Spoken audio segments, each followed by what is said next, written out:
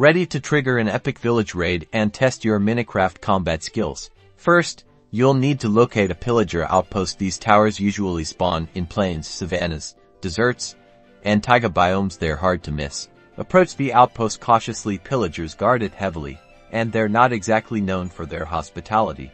The key to getting the Bad Omen effect is to defeat a pillager captain. These captains are easily identifiable, as they are the pillagers carrying a banner on their back. Take one down. Once you defeat a banner-carrying pillager captain, you'll be inflicted with the Bad Omen effect. You'll see the status effect icon appear above your hotbar. With the Bad Omen effect active, head towards a village. Any village will work. As soon as you enter the village with Bad Omen, a raid will trigger. The raid bar will appear at the top of your screen, showing the waves of enemies you need to defeat. Now, defend the village against waves of pillagers and other hostile mobs. Be prepared for a challenging fight. Good luck and have fun protecting the villagers.